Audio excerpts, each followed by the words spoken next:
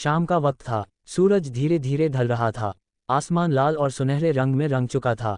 एक छोटे से गांव की मस्जिद से अजान की आवाज़ गूंज रही थी, अल्लाह अकबर, अल्लाह अकबर। गांव के लोग नमाज के लिए मस्जिद की तरफ बढ़ रहे थे। लेकिन उसी गांव में एक नौजवान भी था। उसका नाम था आरिफ। आरिफ एक अच्छा इंसान था। झूठ नहीं बोलता था, किसी का दिल नहीं दुखाता था, गरीबों की मदद भी करता था। लेकिन उसके दिल में एक सवाल हमेशा घूमता रहता था, जन्नत की चाबी क्या है? वो अक्सर सोचता, क्या सिर्फ अच्छे काम करने से जन्नत मिल जाएगी, या कुछ और भी जरूरी है? एक दिन उसने फैसला किया कि वो इस सवाल का जवाब ढूंढेगा। वो गांव के सबसे बुजुर्ग और समझदार इंसान के पास गया, जिन्हें सब हाजी साहब कहते थे। आरिफ ने पूछा, हाजी साहब मुझे बताइए, जन्नत की चाबी क्या है? हाजी साहब मुस्कुराए, बेटा अगर मैं तुम्हें सीधे जवाब दे दूं तो तुम समझोगे नहीं, तुम्हें खुद इसे महसूस करना होगा। आरिफ हैरान था, तो मैं क्या करूं? हाजी साहब ने कहा, आज से तुम मेरी एक बात मानो, हर दिन 5 लोगों की मदद करो और हर नमाज मस्जिद में पढ़ो, 40 दिन तक, फिर मैं तुम्हें जवाब दूंगा। आरिफ ने हामी भर दी और उसकी जिंदगी बदलने लगी। पहला दिन उसने एक बूढ़े आदमी को सड़क पार कराए, एक गरीब को खाना खिलाया, एक बच्चे को पढ़ाया और मगरिब की नमाज पढ़ने मस्जिद गया। दूसरा दिन, तीसरा दिन, धीरे धीरे उसे नमाज में सुकून मिलने लगा। जब वो सजदा करता तो उसका दिल हल्का हो जाता, उसकी आंखों में आंसू आ जाते। या अल्लाह, तू कितना करीब है। अब वो सिर्फ आदत से नहीं, दिल से नमाज पढ़ने लगा। 40 दिन पूरे हुए। वो दौड़कर हाजी साहब के पास गया। अब बताए, जन्नत की चाबी क्या है? हाजी साहब ने उसकी आंखों में देखा।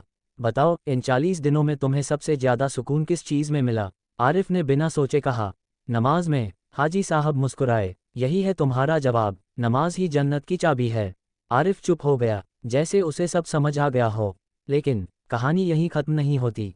कुछ साल बाद आरिफ एक कामयाब इंसान बन चुका था, लेकिन उसने नमाज कभी नहीं छोड़ी। चाहे बारिश हो, चाहे बीमारी, चाहे बिजनेस का नुकसान, वो हर हाल में नमाज पढ़ता। एक दिन उसकी तबीयत बहुत खराब हो गई। डॉक्टर ने कहा, अब ज़्यादा वक्त नहीं है। आरिफ मुस्कुराया, कोई बात नहीं, मैंने अपनी तैयारी कर ली है। उसने अपने बेटे को बुलाया, बेटा याद रखना, दुनिया की हर चीज़ खत्म हो जाएगी, लेकिन नमाज तुम्हें जन्नत तक ले जाएगी। उसकी आंखों में आंसू थे। मैंने अपनी ज़िंदगी में बहुत कुछ सीखा, लेकिन सबसे बड़ी सच्चाई यही है, नमाज ही जन्नत की चाबी है। उस रात वो सोया और फिर कभी नहीं उठा। अगले दिन उसे दफनाया गया। लोग रो रहे थे, लेकिन आरिफ के चेहरे पर सुकून था।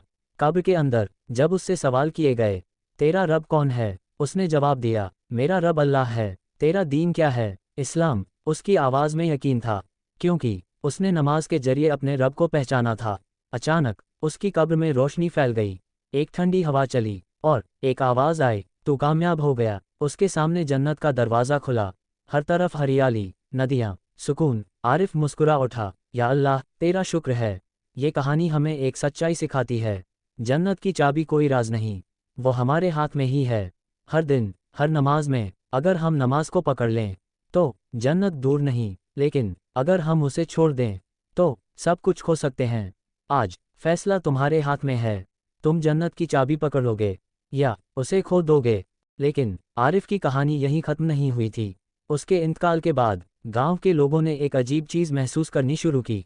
मस्जिद, जो पहले कभी कभी खाली रहती थी, अब भरने लगी थी। लोग कहते, जब से आरिफ गया है दिल खुद ब खुद नमाज की तरफ खिंचता है। असल में आरिफ की जिंदगी सिर्फ उसकी अपनी नहीं थी, वो दूसरों के लिए भी एक मिसाल बन चुकी थी। उसका बेटा साद पहले थोड़ा लापरवाह था, लेकिन जब उसने अपने बाप का जनाजा देखा, उसकी आंखों के सामने वो आखिरी बातें घूमने लगीं। नमाज जन्नत की चाबी है। उस रात साद सो नहीं पाया। उसके दिल में अजीब सी बेचैनी थी। अगर अब्बू सच कह रहे थे तो मैं क्या कर रहा हूँ? अगले दिन फज्र की अजान हुई। साद ने पहली बार बिना किसी के कहे खुद उठकर वुज़ू किया। उसके हाथ कांप रहे थे, लेकिन दिल में एक सुकून भी था। वो मस्जिद गया, सजदे में सिर रखा और रो पड़ा, या अल्लाह मुझे भी सही रास्ता दिखा। उस दिन के बाद साद बदल गया। अब वो हर नमाज पढ़ता और हर नमाज के बाद अपने बाप के लिए दुआ करता। धीरे धीरे गांव के और लोग भी बदलने लगे। किसी ने शराब छोड़ी, किसी ने झूठ, किसी ने गलत रास्ते। एक इंसान की नमाज पूरे गांव की हिदायत बन गई। कई साल बाद साद भी बूढ़ा हो गया। उसके बाल सफ़ेद हो चुके थे, लेकिन एक चीज़ नहीं बदली थी, नमाज। एक दिन वो भी बीमार पड़ गया। उसने अपने बेटे को बुलाया, बेटा, मैंने अपने अब्बू से एक बात सीखी थी और आज वही तुम्हें दे रहा हूँ। उसने कांपते हाथों से उसका हाथ पकड़ा। दुनिया धोखा है, लेकिन नमाज सच्चाई है। उसकी आंखों से आंसू निकल आए।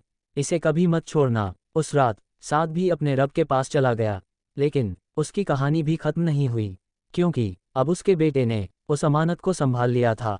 पीढ़ी दर पीढ़ी एक ही बात चलती रही, नमाज जन्नत की चाबी है। और वो छोटा सा गांव अब एक मिसाल बन चुका था, जहां अजान की आवाज़ आते ही हर घर से लोग निकलते। कोई बहाना नहीं, कोई देरी नहीं, सिर्फ अल्लाह की तरफ कदम। ये कहानी हमें एक बहुत बड़ी सच्चाई बताती है। एक नमाज सिर्फ तुम्हें नहीं बदलती, बल्कि तुम्हारे पूरे घर, पूरे समाज और आने वाली पीढ़ियों को बदल सकती है। आज अगर तुम नमाज शुरू करते हो, तो शायद तुम्हारे बाद भी लोग उसे जारी रखेंगे, और ये सिलसिला चलता रहेगा जब तक तुम्हारा नाम भी उन लोगों में नहीं आ जाता जो जन्नत के हकदार हैं।